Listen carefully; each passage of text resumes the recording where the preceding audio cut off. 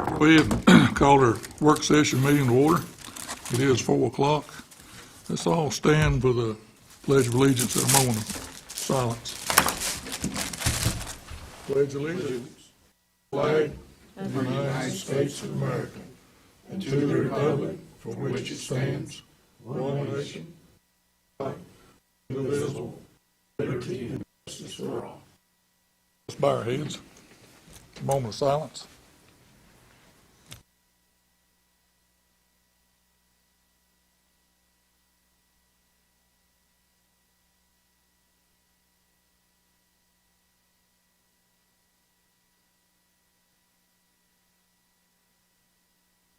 Amen.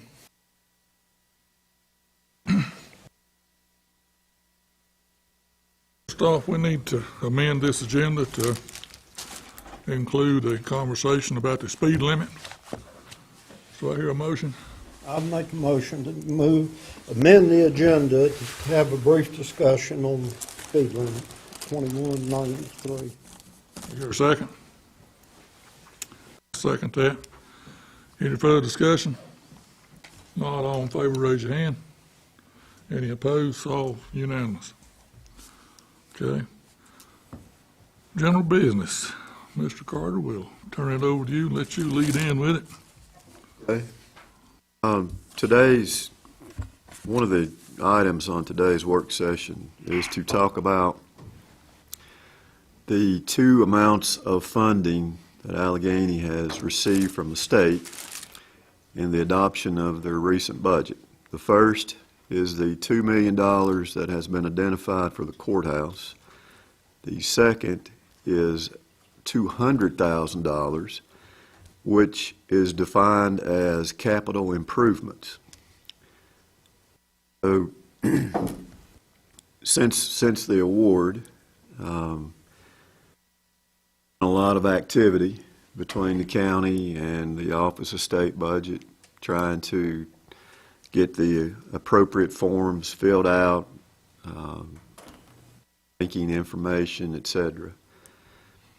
One of the challenges, and these are both two great challenges, I want to say that, but one of the challenges in both of these projects is trying to go back and understand during the time frame of these submittals what was submitted, because this predates me in this instance.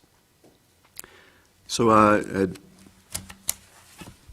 went around and looked and asked, and I found this package that was done November 9th of 2017, and it has information about the thoughts on the courthouse in it.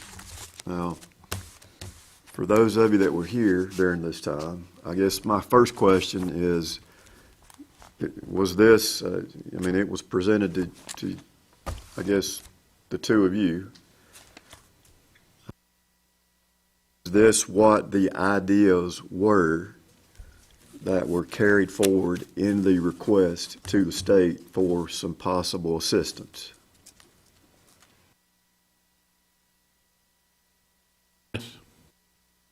That's where the conversation started, and that was born out of the need for the little courtroom we had downstairs that was unsafe.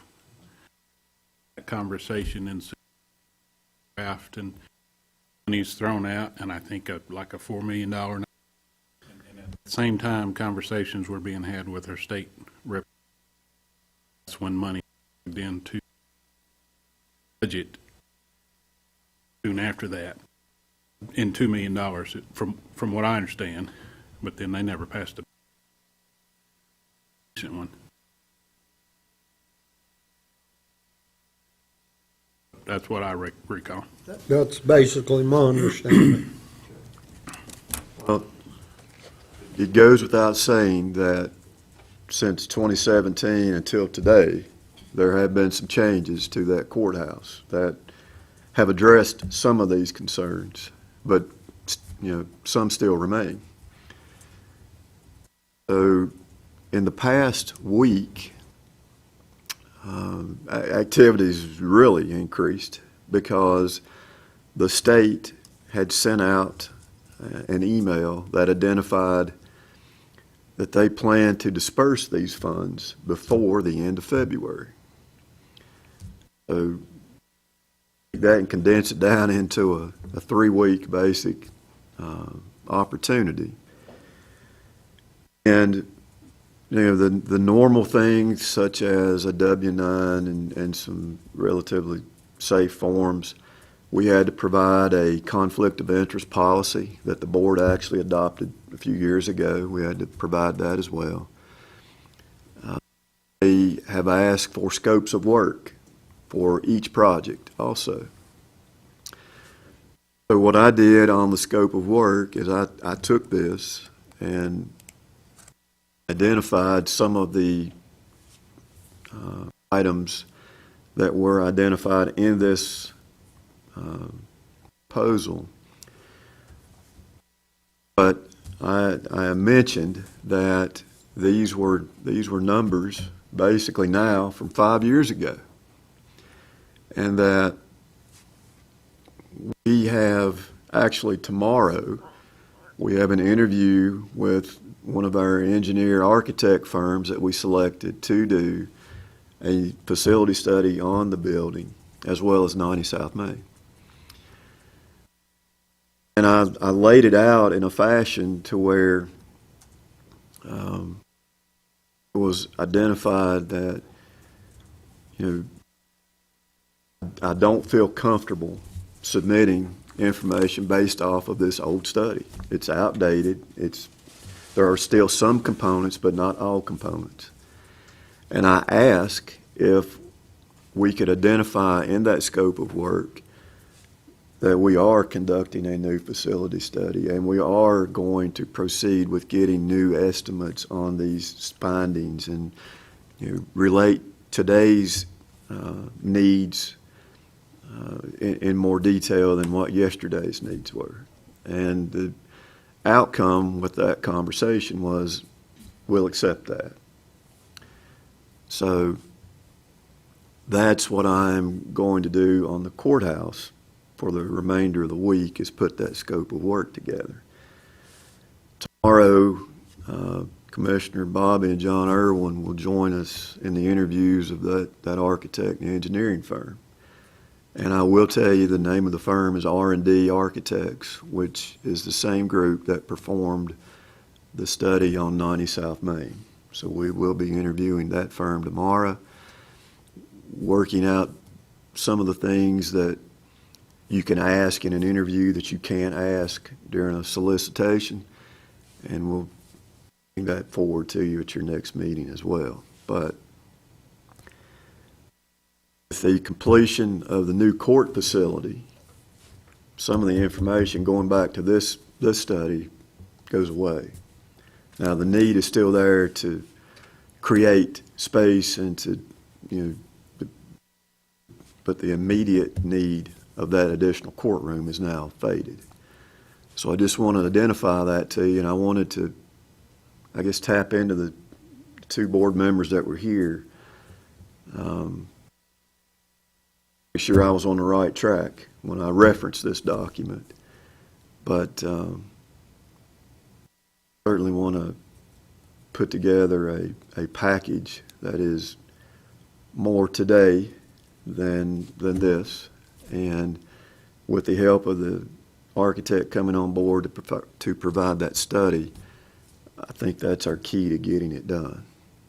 So as a summary, this provided for a new courtroom, it provided for a covered walkway on the facility, it provided for a sally port, it had some upgrades, it had the way that they configured it, they were going to use one elevator for 2 courtrooms. There's a lot of different configurations in this that some of that will go away. But we still have the same footprint of the facility. We still have, you know, the same needs. The items, I guess, that I had questions about with this one in particular, and Frank Randall was the engineer that performed what I will call these sketches that he provided to the board back in those times. And we actually reached out to Mr. Randall, and he sent us some information, but he sent it in a format that he was talking Spanish and we were talking French. It wasn't compatible. So we've asked for a different format to be sent to where we could understand it in a little more detail. But in these sketches that were provided, it's tough to lay down what is called the current downstairs, and I'm just picking out one, and what the proposed would be. It's hard to lay the current and the proposed side by side and understand how we went from this to this. So hopefully the information that he can send us will help clarify that, and this will also be a beneficial thought for the R&D group as well. But looking at this configuration, I'm not certain how that was ever going to happen when it identifies the current to the proposed because of the change in scope. So I guess my question is, and I hate to pick on you two, but for you two, was there also conversation about actually providing an addition to the courthouse? Yeah. Okay. From what I recall, if you're facing the courthouse on the left-hand side and maybe slid back just a little ways, there was a two-story addition, Okay. upstairs and a down. And then in the very back, it was talked about going over the back of Susie's office, building something along the roadway out and closing that road off. I mean, there was discussion about I think that. that was a separate discussion, but I don't think that's part of that drawing or rendering there. I didn't find anything about a road closure or anything of that nature. That was part of the discussion, and it wasn't two, it was three involved with that. We- There's on the board now that Okay. Apologies. So, And that, in those drawings, when all that first started, I don't believe there was either much consideration or any consideration given into the configuration of the old courthouse being a historical landmark. the question never came. Those drawings would have been totally, It wouldn't have been acceptable. wouldn't be approved. that, I mean, just in the demonstration of the covered walkway, for example, there's a lot of hoops to jump through to do things like that. So I didn't know how far this went. I didn't know if this was conceptual or, because at one slide in this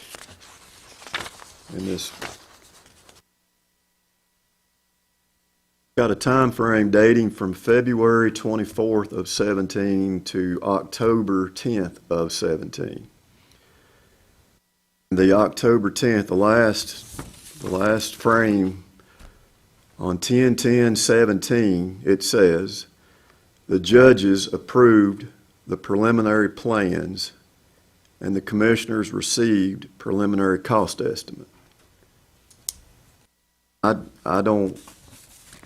am in hopes that cost estimate information is included in that information that Frank will provide, but I do not have access to that cost estimate either. It in that. There's a section on financing. What comes to mind? That's really what we were to, was what would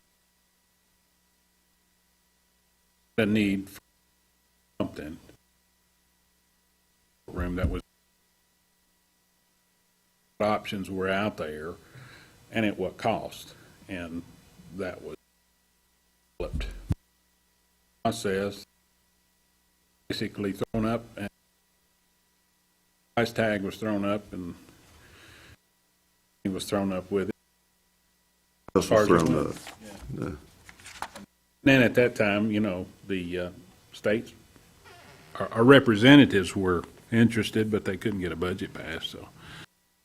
Then since then, obviously, we've went to a different option for the room.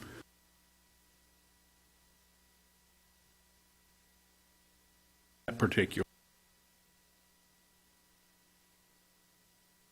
There's other needs probably could be considered, but Part of the problem was that the we- main driver. Part of the problem that we ran into November of 17 and budget had already, well, the budget wasn't signed or submitted for that budget. So the next budget that they would have been submitted on would have been 18-19. The governor never signed that budget. Then we came to 19-20.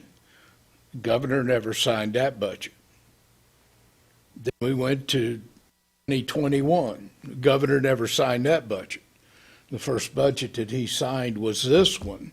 So this is the first opportunity that we even had to have that money placed in the budget. In North Carolina, if you do not pass the budget, you revert to the previous year's budget.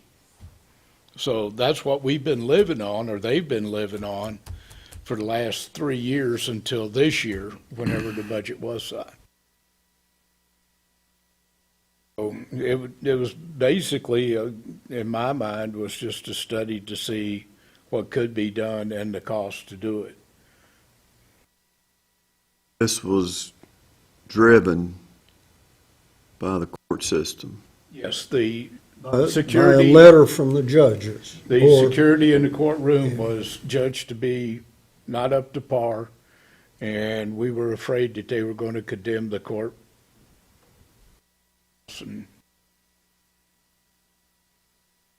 Courthouse had gone through a previous revamp about 15 years years ago. before that. It was supposed to be a 20-year fix. And in 17, that courthouse was no longer satisfied the judges because of the amount of cases that were coming. So to me, this study was just more of a ballpark, just to generate some ideas and a guesstimate on a cost. And at one time, if my mind's right, it's $4.5 million at one conception of the drawings that were put out there. And that did not go over well with the general public. And we don't even know if it really satisfied the judges 100%. But since 17 and COVID, everything's changed. So, you know, maybe it was lucky that it was never, that it never came to being, because we've redone the old senior center, or the courthouse now that's the Dalton Courthouse. And that, I think's worked out well for everybody involved. Senior center got a new building, and as far as I know, the judges are happy with the auxiliary courthouse. The reason I asked about the addition was, you know, the footprint of the current courthouse. To putting an addition on there, you're getting rather close to the adjacent structures. So this doesn't have dimensions on it. So when it's talking about an expansion, it doesn't tell me if it's a 40-foot by whatever. It just has a box. So I'm guessing, I have to guess a lot at this point, but I'm guessing that the expansion, the considered expansion, fit within the footprint of the property, and there wasn't any demolition of the small brick garden. Alleghany, That's it. old Alleghany News, Judge, or Dalton's office, and So that remained. That wasn't a part of, okay. correct. I remember correctly, at one time, the building was going to come, the addition would come off the back and would actually close that road back there. But then they found there's Not all that sorts of electrical buried. And also fuel tanks in the ground and things of that nature, so. I think the long and the short of it is, we've never had a professional study done by a company like R&D. It was, I think, good companies had good intentions, but they never went into depth like we've gone into in the last year when we're considering a building project. At that time, it was just the expansion to meet the judge's needs. No one was looking at the needs for the building, we didn't even address the water damage or the leaks that were occurring. I remember. Things of that nature. And just so you know, that by week's end, I will submit that scope of work. And don't have the study yet, but I believe with what I've already put together and maybe some questions that I can get answered from the architect, I think we'll be okay for that. This one was a concern last week when I brought this up, but after the phone call with the Office of State Budget, now that they understand that we were essentially working off a 5-year-old plan and that we have now a plan to update this, we seem to be okay. We have to answer by the end of the month, What do you mean, do we have to? answer what our general plan is for the 200,000 and the 2 million? Yes. Right now, I'm talking about the 2 million, and I think with what I've got and with what I will have, I can submit that scope of work. I think that's fine on the courthouse, the 2 million. We're going to get ready here in a second and talk about that 200,000 because that's a separate project. Is it still under the same timeline? Yes, sir. Okay. I just want to make sure that the board is one, and if you all would like a copy of this, we can get you a copy, but I'd rather give you a new one than I would an old one. To me, that's overcome by events as history.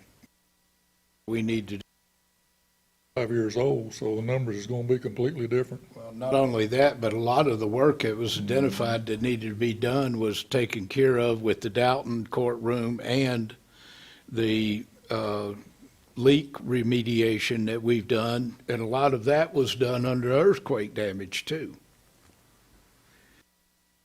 It's a great challenge to have.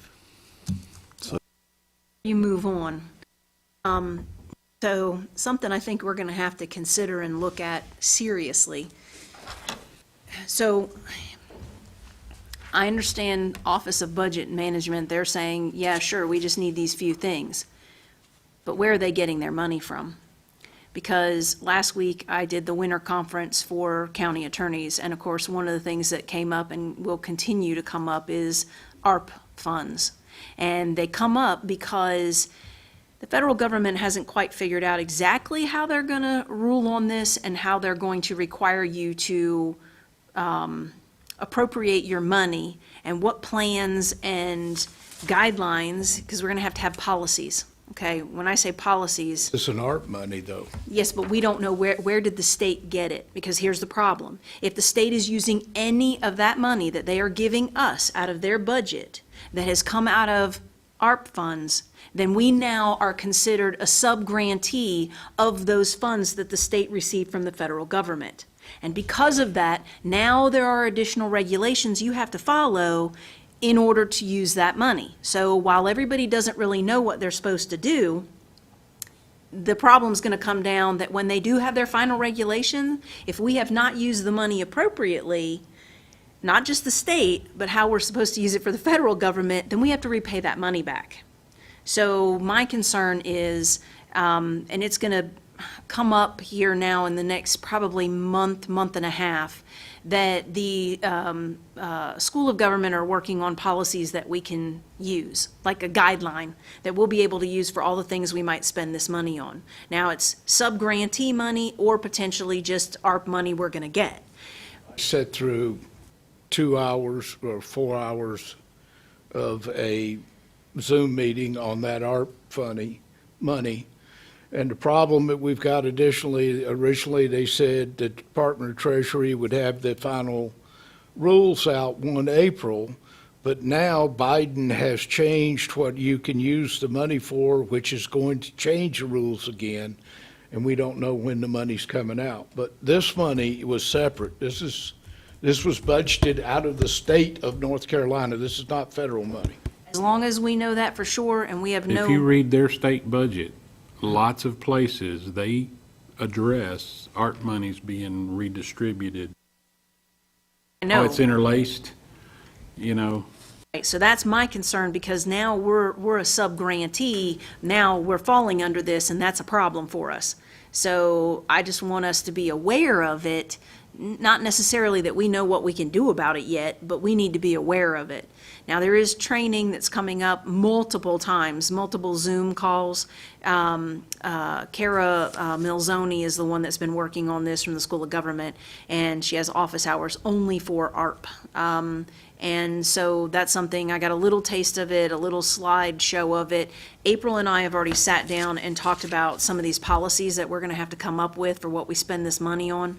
So that's coming. It's a lot more complicated than I think we thought that it was going to be. And luckily, the School of Government is going to be very helpful in trying to give us some guidelines of what we're allowed to spend money on, how we're supposed to do this. And I'm just concerned that the state's going to come back and say, oh, well, yeah, that was ARP money now, and you have to do different things in order to qualify for that money. Otherwise, you're going to be repaying money. And I don't want us to be caught off guard with that. That's my concern, and that's what I'm thinking about this. So I think if we can be sure from them, assured that where we're getting that money from, if it's really just budget money and it's not money that they're getting in, because there was $350 billion in Corona and state local fiscal recovery funds that were handed out. And even if it comes to us from the state, if it's ARP money, now we're covered under this and we have to have policies to follow. So that's my bucket of rainwater on our parade a That's little a bit. question the county manager asked his point of contact, budget off. I don't disagree with anything you said. The only thing I would add is, I would hope, and that's a singular, I would hope that if that was the case, and if these were ARP funds, that would have been communicated early on, so that, because I don't have the list with me, but there's a list as long as a page that has different counties receiving different funds for different projects that was approved in that budget. I would hope if these federal funds are a part of that, I would have hoped they would have identified to the recipients, so that, Maybe. yeah, I can find that out. That's not a big thing. Got a question. I follow what Heather's saying, but I'm a little bit confused. The $2 million was a separate line item that was put into the state budget, and I think there was like 8 or 10 counties that received money along with Alleghany. One county received, I believe, $35 million for courthouse renovation, and it was staggered throughout. But if the budget's been signed, the House and the Senate and the governors approved it, and the best emails that I've gotten from Senator Ballard is there was really no restrictions on that $2 million. Am I correct, or as to being spent for the courthouse? I don't know that there are restrictions. That's where your scope of work comes in. You have to identify in your scope of work how you're going to spend those funds. By the end of February? Yes, sir. Okay. Now, if you leave something out, or you overlook something and you spend it, you're probably going to get questioned, why did you do this, and what impact did it have? And at that point, that's where we might be required to pay it back, is what you're saying? No, my point is that if the federal government comes back because they don't have their final rule, then they could come back and then disallow certain expenditures. And the problem is, if for whatever reason, not just that the state said, oh, hey, from tax money, we've got this budget and we're putting all these line items for things that we're going to pay for from money that we're using that's state money. I'm concerned that they've reapportioned what they've received from ARP, from the federal government, which has strings attached. And if they use any of that money and they've interspersed it in their budget and not said, oh, well, there's a string that's attaching it to ARP funds, they just put it in there and said, oh, we'll give you that money for your courthouse or whatever you were asking for, $2 million, but they failed to mention that now they've dumped that money from ARP into all these projects that they're approving, then it could happen that later on, when we do have a final 10 million final rules from the federal government on how we're supposed to spend that money, and they determine the state budget had ARP money in it, now they come back and say, you're required to account in a specific way and have all these policies for that money. You didn't do that. We're going to reclaim that money and you have to pay it back. That's my concern. So we're still a little wishy-washy on it because we don't have a final rule. So until that actually happens, we're going to plan what we're going to do through what the state's asking us to do and follow all their guidelines for it.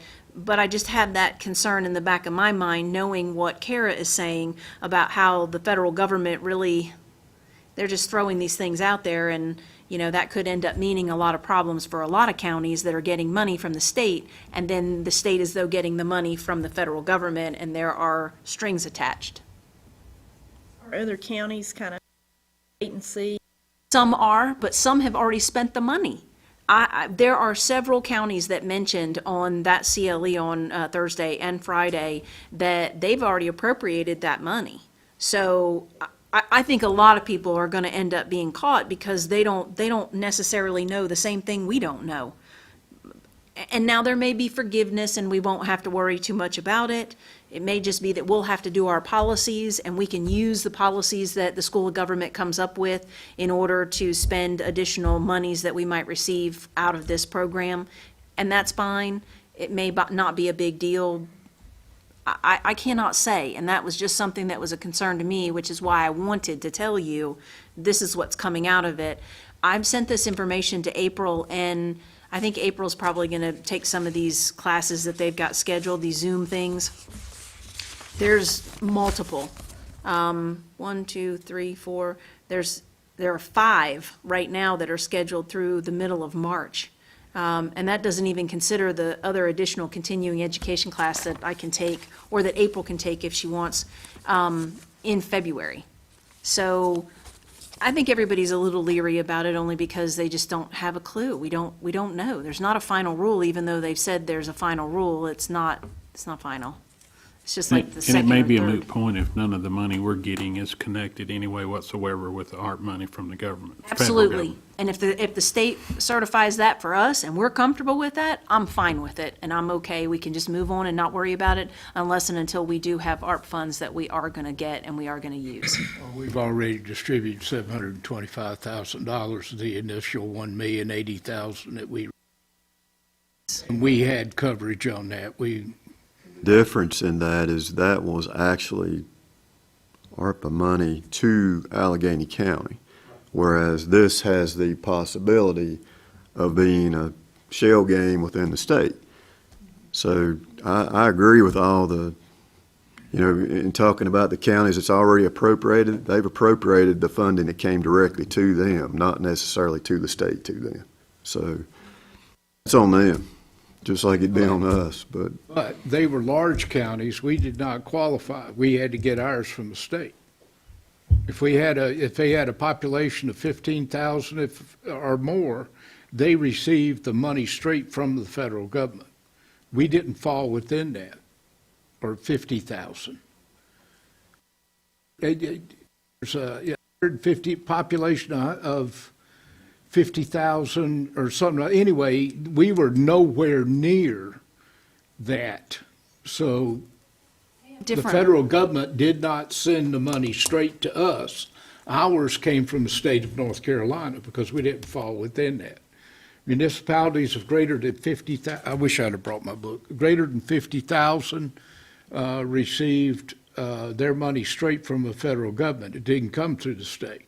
We have different levels too for the money. So they Yeah. say if it's more than 10 million, then, you got different reporting requirements than if it's less than 10 million.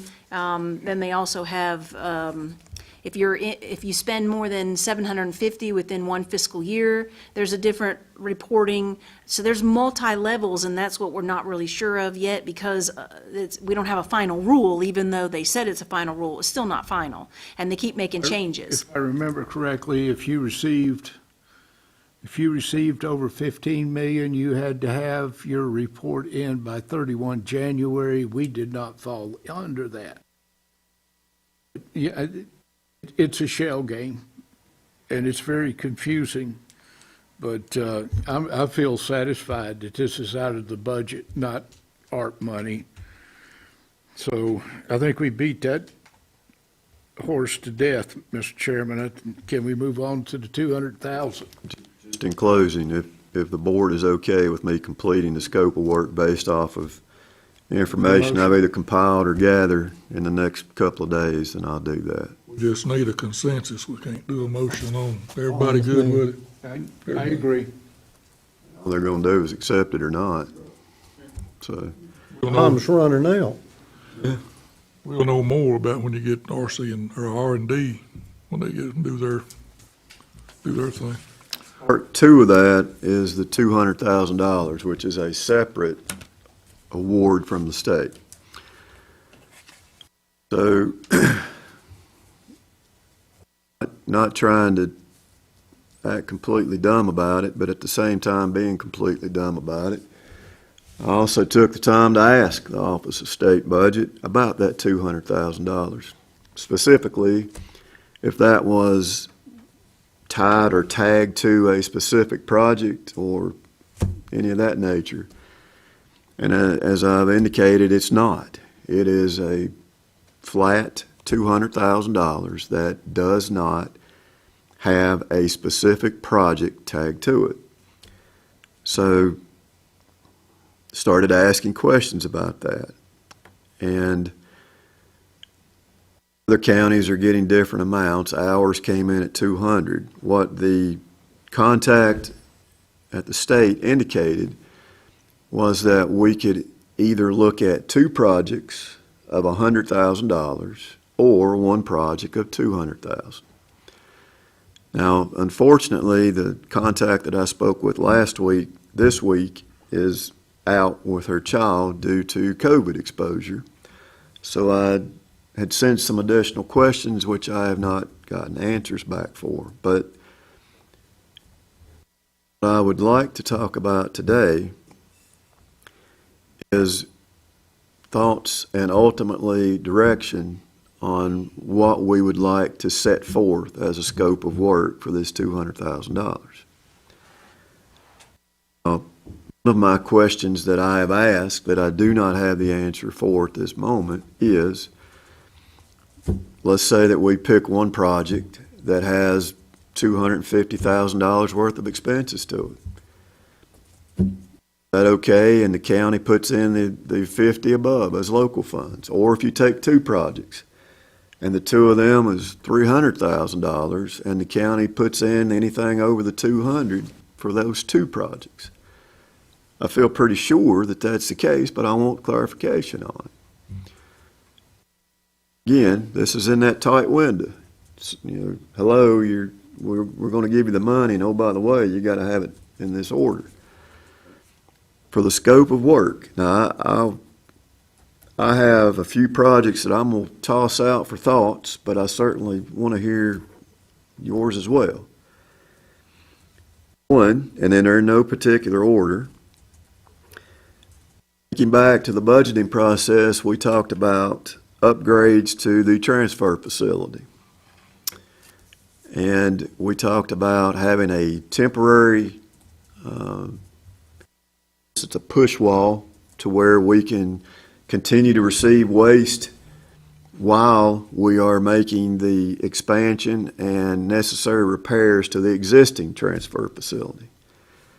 And I will tell you the rough estimates on the temporary and an expansion and renovation of the existing transfer station is just shy of $150,000. So that's a whole lot into that $200,000. Another thought that has went through my mind is we are moving dispatch into this building. We're on the way of making that happen. One of the things that has not came about yet is a generator. And we've talked about a generator in two capacities. One, to operate the center itself, and two, to operate the whole building. Well, in conversations, a sufficient generator to operate this entire building, and that's pad, that's transfer switch, that's generator, that's the whole 9 yards, is right at $100,000. That is a project that has to happen. So whether or not we're successful in finding something between now and the fall that would provide some grant funding towards a generator's got to happen. So it's either going to come out of grant monies we haven't discovered yet, local funds through our budgeting process, or potential consideration of this amount as well. Third item is we've had a lot of conversation about the fairgrounds. I think at a couple meetings ago, you heard some quotes alone on the paving out there. And I don't have them memorized, but I believe they were in the $100,000 range just for the asphalt. Well, that'll get you a nice parking lot, but it does nothing to the facility itself. I know that we've had independent and group conversations about trying to fix the black building up. Well, back in 2020, when I put together an estimate that identified the needs to make the black building a temporary court facility, I put together a spreadsheet, and it had just shy of $25,000 to turn that facility into, at that point in time, a makeshift courtroom. So today, and that was bare bones. That was hurrying up and getting it done because we were in a pinch. In reality, if you consider the paving or if you consider upgrades or refitting that facility, you're probably closer to 150 by the time you're done, because that building's going to need some attention. Those are three items that I have heard routinely talked about. You all may have more, but those are three that I am just tossing out. And I think, I have to, this is one of these have tos, I have to have a direction so that I can submit a scope or scopes of work for this $200,000 before week's end. So I think this is a good opportunity for us to talk about these and other projects if you have them. Sounds like the generator's first and foremost. I agree, Mr. Chairman. It's gotta come from the dispatch maybe. Yeah, we have to have a generator. Now, whether or not we can secure some type of grant, we haven't yet. That's all I can mention. I would say the generator and the transfer station, because we're gonna have to, that floor, we're gonna get sued one of these days. I don't know how many people have fallen over there, tripped over that section that is turned up. And I believe, Mr. Chair, that number one on the county manager's hit list should be the generator for the admin building. Number two would be the transfer station, so that we can get that taken care of. Back building, we can always go and we can request to go into the TDA money for capital improvement for tourism and make that a year-round facility. But on my list, certainly, number one, generator, number two, transfer station, and I don't believe there'll be any money left over. Often. He wants to swim. Y'all still hear that?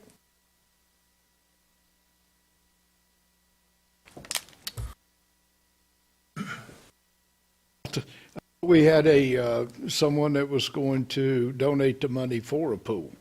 Has that died? I don't know that we had someone that was going to donate the entire amount. There was an individual that was considering donating a portion. Now, I had a conversation with that individual a few months ago, and since I've been here, there's been some discussion. You know, obviously when COVID hit, we closed our pool and then the earthquake came. There has been some discussion that I recall primarily during the last budget cycle with the Wellness Center about the possibility of looking at or partnering with to bring in an outdoor pool. But there's no plans, there's no drawings, there's no dollars associated with it. It was just chatter. So I don't know of any other communication about that. I certainly understand. I think you are absolutely getting asked, but that's the only conversation about another outside pool that I've been involved with. There is a lot of, it's on people's mind yet, I'll say it that way.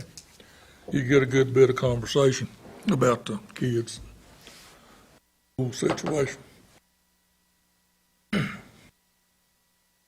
Also probably need to have about what it filled in, what are, you know, I mean,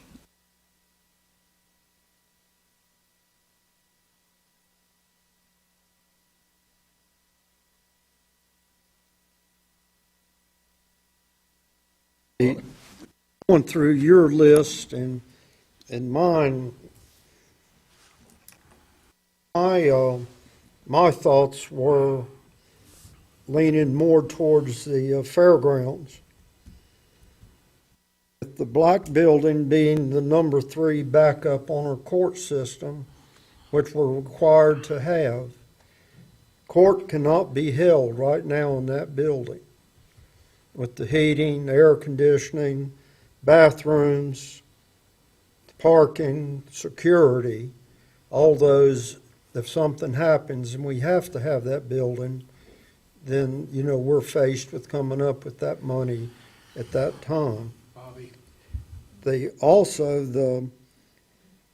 backup, the courthouse in the past was critical, but I think that's been relieved a little bit now with the auxiliary building.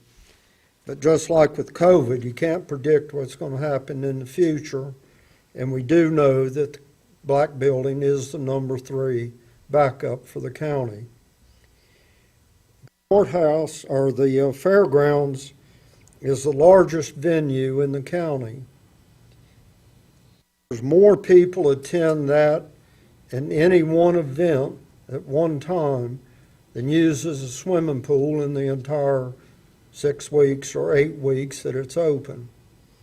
We don't know what the cost of the repair, or if it's even repairable, to run the swimming pool.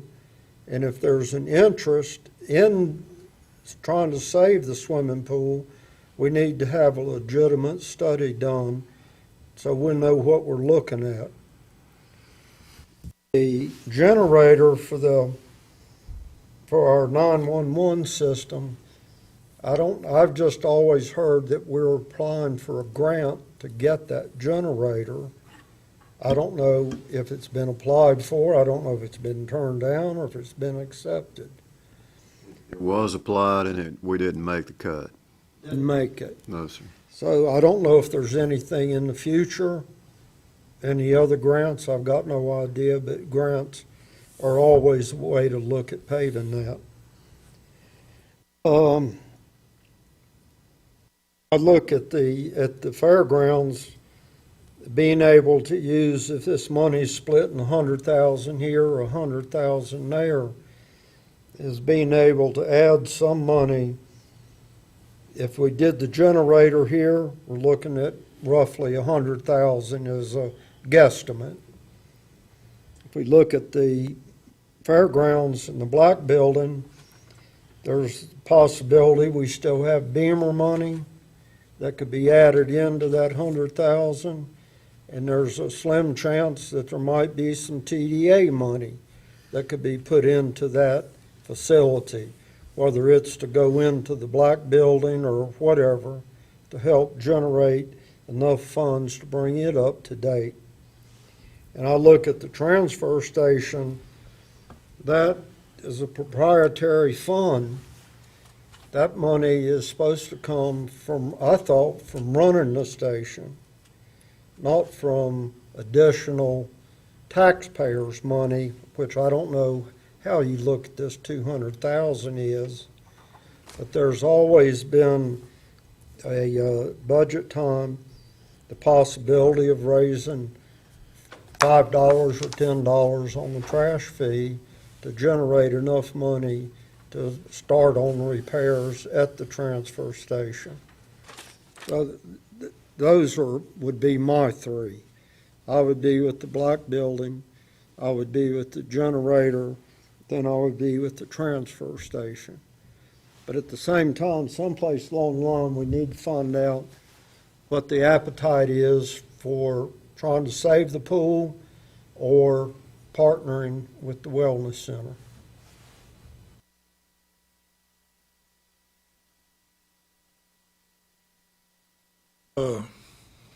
The pool, I thought we closed the pool permanently. That as well, Mr. Chairman. Is that your, Bob, is that your, I thought we'd closed the pool permanently, what I'm asking. My two over here We says we agreed did. upon. Yeah, We too much did. damage. We agreed upon, because Too much damage in the pool, Just to go ahead and close it. just close it out. I think we motioned that, I think, and voted on that. I recall. Uh, I would, on that note, I do think that they're very viable appetite with the wellness center, that conversation. Me too. If there is a conversation, a serious conversation had between us and them, and we could, develop some kind of a plan, then that's usually what it takes to attract money. So until someone sees something materialize there, I think it will be hard for funding to come along, but I think the potential is there for funding if we would start that conversation, if we're interested in doing that as a board. I am. Mr. Chairman, one of the things that currently is in the ARF money is for a pool for underserved. I believe it's health and welfare. It would fall under that, where we could use some of that ARP money for it. We still got another payment of 1.2 7 million. That's what we don't already have, but that's a discussion on down the line. Again, until the Treasury issues a final rule, this is just speculation.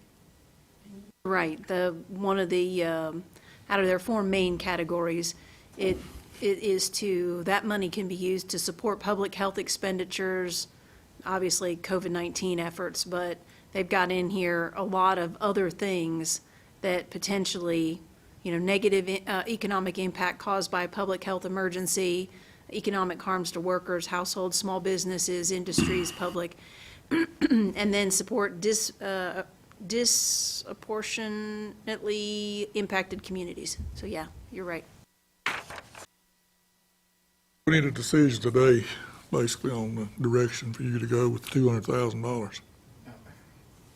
Sure, I recommend that we give our number 1, number 2, and number 3 all and with. Could ask a question or two before you get to I've got that one question, go ahead. On your transfer facility conversation. Would that take care of all the need that's over there currently, or is that I know you talked about a temporary solution while the primary area is graded, fixed, rebuilt, whatever. That's for all of that? That will take care of it. It will actually allow for an expansion on the existing facility, which if you've been in there and you've seen the loader in there, there's not a lot of room for anything else. So that would be a total number to take care of that facility Yes. for your best guesstimate, Yes, sir. 5 years? Depends on But your the- volume. Yeah. You know, if your volume, for whatever reason, blows up and doubles, then no, the answer's no, but not to sound either way. But it would be oversized initially to add some capacity, or is that just you building it back to capacity? I'm building some additional square footage into it. I don't like the fact that stuff gets put on the parking lot, for example. That should never occur. It should always be within that structure. Next item was the generator. Is 100K, that's for the entire building? Yes, sir. What would it be for just the emergency need? Would it, Part of what this architect and engineering group we're going to talk to tomorrow, I'm going to ask them to do a study. We don't know what the draw would be to size it just for that. So we can certainly get that, but I don't know that answer. I would guess that it would be, definitely have to have it dispatch. Do we really need it for the, well, if you're going to have your EOC, which from what I have heard has been talked about in this room, this is not a component of dispatch, so you would have to have service available here as well. Well, by the time you encompass this and dispatch, you've almost got the entire bottom floor. on the backup comment Bobby made about the transfer facility being an enterprise fund, would that work? The only conditions on that money is that the property the improvement is made upon is owned by the county. So the property the transfer facility sits on is owned by the county.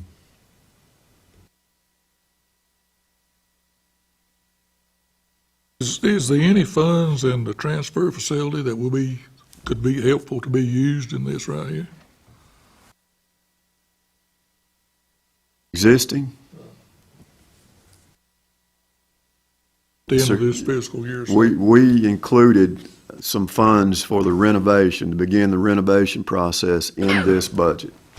So there are some funds that could assist with that, yes. Probably not enough to To do the whole cover the thing. 150. We'll get the temporary site completed. We won't be able to touch the main facility.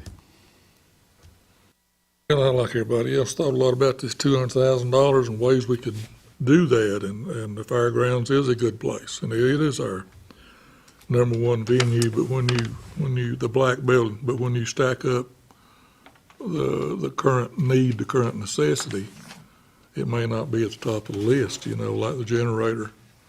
I think anybody that's been over to the transfer station can see that there's gonna have to be some money spent over there to keep that thing functional.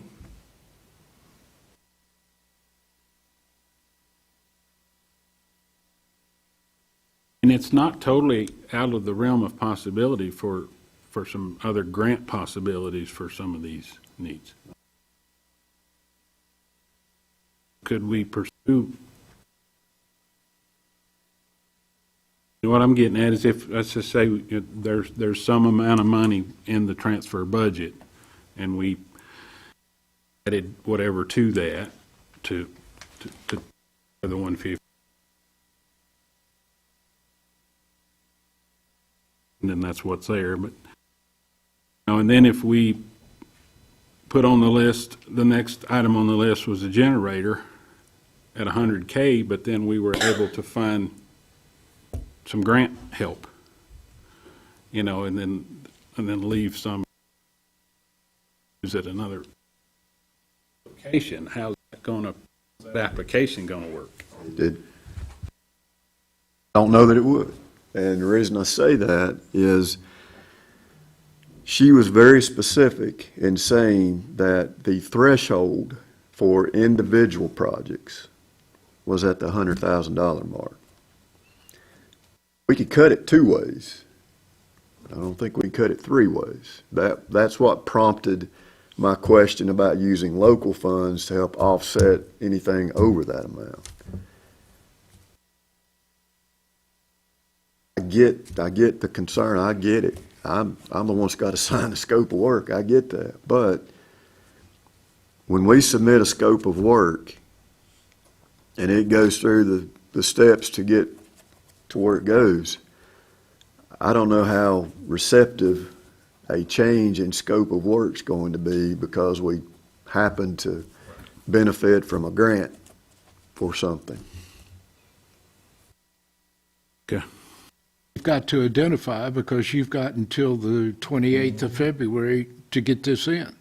It's the time frame versus a grant. Today, we don't have a grant, and I know we need a generator. We do have availability, $200,000 if we can identify projects to spend it on. Yes, sir. Free money. We aren't borrowing it. We're interested. We're in the good and the okay column with the judges on the courthouses at the present use we got. The 2 courthouses and not 3, right? Well, I'm confused why we gotta have 3 courthouses. I don't want this to come out wrong, okay? But we all know that steps that would be taken to bring the black building, and I'll focus on the black building for a minute, steps taken to bring the black building up to an acceptable level of the courts may not be the same steps that would turn it into a venue for other purposes. When you think about courthouses and structures, there's a lot of security that goes along with that. And security comes sometimes in the form of not pleasing or aesthetic additions that go into a facility. So I don't want this to be taken wrong. I'm not saying it's not viable. I'm just saying that to bring it up to an acceptable level within the courts may not go hand in hand with bringing it up to a venue type structure. I think we're kind of, that came up as a possible court option when we only had one courtroom. And that discussion, that's where that discussion, I think, was born out of. Now we have two. I think that discussion probably ought to be revisited. I mean, and that was kind of the court, the judges and what's her name? Susie. Susie's, suggestion to us was, if we had to have, we have one courtroom, something happens, that would be the backup. Now we have two, and I don't think that conversation has been had. So I think that's kind of where we're going back and kind of visiting this idea of it being a possible courtroom, but now we have two, so I don't know where that conversation lies I currently. remember correctly, that was a state requirement that we had to have a backup courtroom in case we lost the original courtroom. And that you've got to modify your equipment list, Bobby. There's no communications out there. There's no telephones. There's no internet at the present time. Well, there is now, but it will not handle the workload of a court system. There's a lot more involved with that. Also, I don't have my reference here, but there is a security booklet that you have to go through to determine the security on a court facility, and to modify that building would be quite a bit. And if there is one other consideration that I've heard also during the courtroom conversations was at one point, I believe I heard that this room actually served in that capacity as well. Years ago. Years ago. But that was before the bulletproof windows were required. That was one reason the sheriff and the court system liked the black building. That was one reason the black building was picked, because it's basically cinder block. All the windows are up high except for a few doors. I think when the sheriff visited the last time with John and I think he was quite pleased with how it could be done. There's two separate rooms where the prisoners could be held. The bathrooms were concerned, the heating and the air conditioning. Those were some of the main concerns, along with electronics. But as long as we're required, and we have three, the third one needs to be where, if our old courthouse burns down again, then we're going to have another place. If the auxiliary was to burn down, we're going to have another place. I just don't think in waiting to the last minute when a catastrophe strikes, and then you go in with all these upgrades that need to be made, that would be a big hurdle to overcome. I don't disagree. I just think that upgrading it to a court level versus upgrading it to a venue style level, we're talking about two different levels. Might be able to do part of it that would suit the judges to a certain extent, and then if something bad happens, then that gives us 2 or 3 weeks to either run the internet or, beef up the security or whatever it takes. I'd rather do it piecemeal if we could, instead of just having to do it all at one time. Mr. Chairman, I think first thing we need to do is ask a question: do we need a third alternative? That's what I'm thinking. If we don't need a third alternative, then that will, we're good. That's been in our security plan for years and years, is this third. Yeah, but I don't know who sets that number. that was prior to us having the courtroom, Yeah. the Dalton building.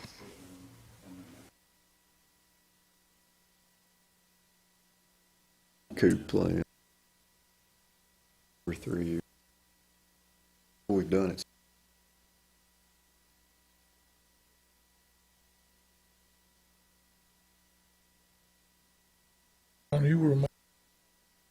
go on the, or was you, What's that? on the priorities of which? I think the consent of the board would do. I don't think we need a motion and a vote. But It just let us rank what we think should be done in order, and then compile it, I guess. what's the ranking order, the feeling of the board? I mean, the $200,000. Mr. Chair, to me, generator's got to be number one.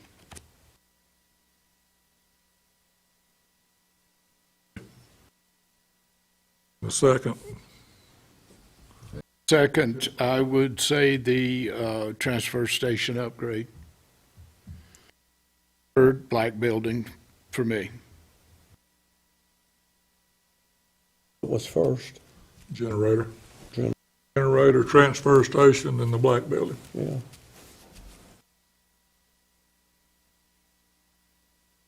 Everybody in agreement with that order? Let me ask it that way.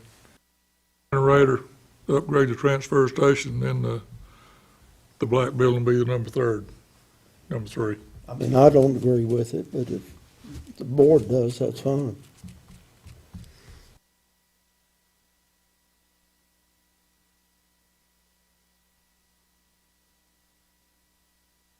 Generator, transfer I'd like to facility. do some others, but I think those are more important at the priority.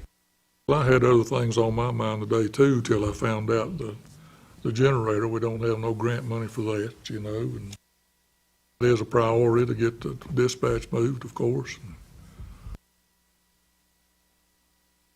So we're in agreement then on first, second, and third place. What was our, before this 200 came, or the, whatever money we're looking at the generator, what was the plan before this came along to get a generator? We didn't secure grant funding, we were gonna buy one out of local dollars. Either the grant or use local dollars. Choices we had.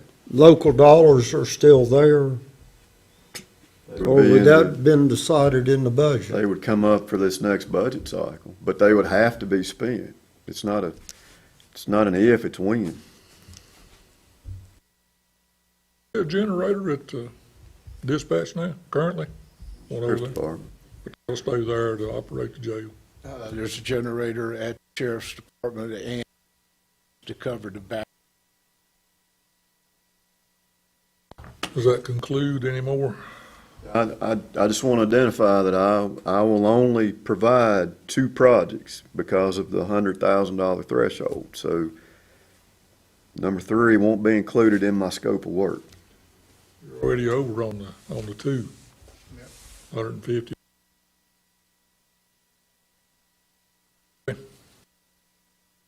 Thank you all. That's all I had on that particular item. On the work session. The Highway 93 and 221, excuse me, right. Conversation about how to proceed with the speed limit. I'm just curious if what thought we as a board at one time had a consensus to continue. Is there still an appetite to do that?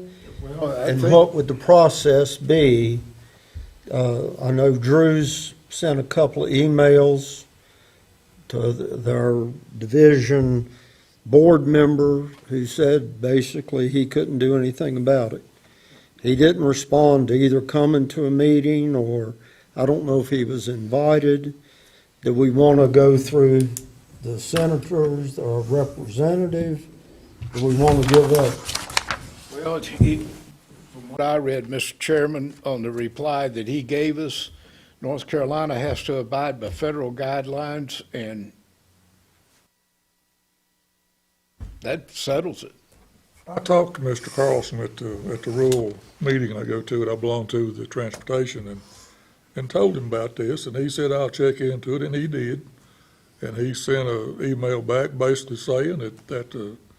Pettyjohn, he's one of the main figures, that there's nothing they could do. It is all in the effort of safety, and that they couldn't change the speed limit.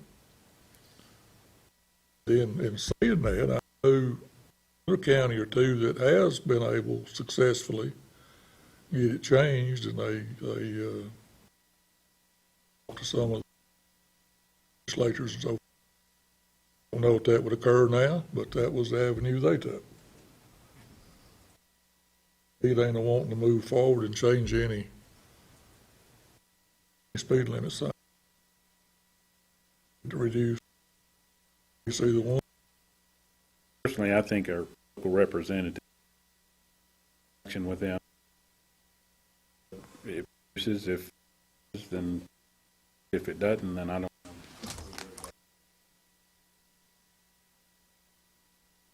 It'd be worthwhile for the board to send a letter to Senator Ballard and Representative Stevens expressing our concerns, that we'd like to see if something could be done. Would that help the process? I'm just sort of looking, what would be the next step?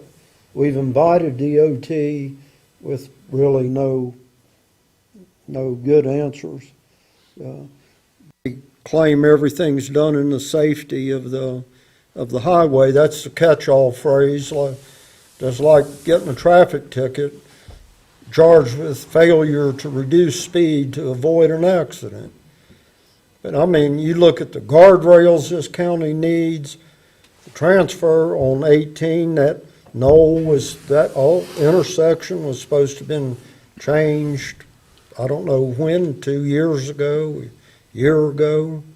Look at certain places in the county, speed limit's still 55, and they're a lot more curvier than 93 and 221. So I just hate to give up without exhausting every avenue that we've got. Well, I don't know how wide 221 is, but when they rebuilt that thing, it's a whole lot wider than 93, you know. I don't want to give up on it either, but that's, I know the speed limit that got changed, they dropped that thing to a 35, and they moved it back up. You know, 35 is that's town speed limit, you know, but that would be the last avenue that I know anything about we could do is I believe Michelle suggested that, or something or other. Yeah. Talking to them.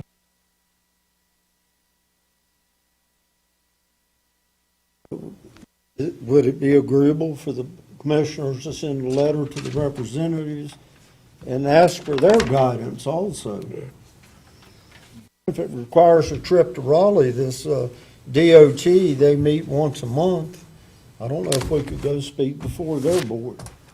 If they won't come to us, let's have a representative possibly from this board go to them. You sent an email about that. Everybody in agreement with talking to the state reps? Sure. Clerk's already reached out to them by email, so. You talked to Dina and Sarah both. And I got What a about call the- back from Representative Stevens.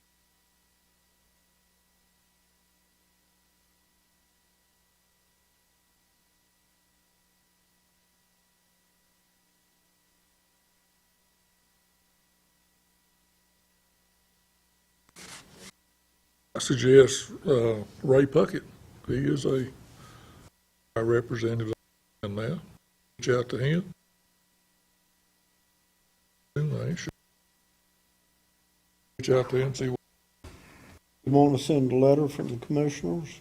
Instead of just an email, a written letter? Whatever the board thinks, I mean, We sent thank you letters to the commissioners that helped us get COVID money, helped us get $2 million. Sometimes a letter has more impact than just like with Sarah Stevens. She hasn't answered, it was her representative answered, through her, I guess. So I would be in favor of drafting a letter and having it sent to. agreeable, everybody?